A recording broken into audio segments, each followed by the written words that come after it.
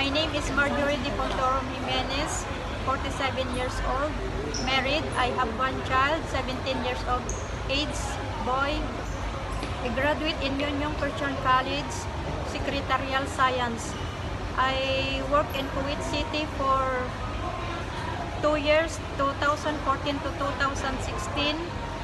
6 members in the family, 1 couple and 4 children.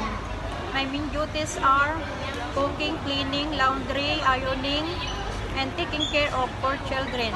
Second, here in Hong Kong, 2016 to 2022, 1 couple and 1 children, 1 year and 5 months. My main duties are cooking, cleaning, marketing, ironing, taking care of 1 children and 1 dog. Third, my previous employer, 2022 to 2024, 1 couple and 1 children, 9 years old. My main duties are cooking, cleaning, marketing, ironing, laundry, and car washing.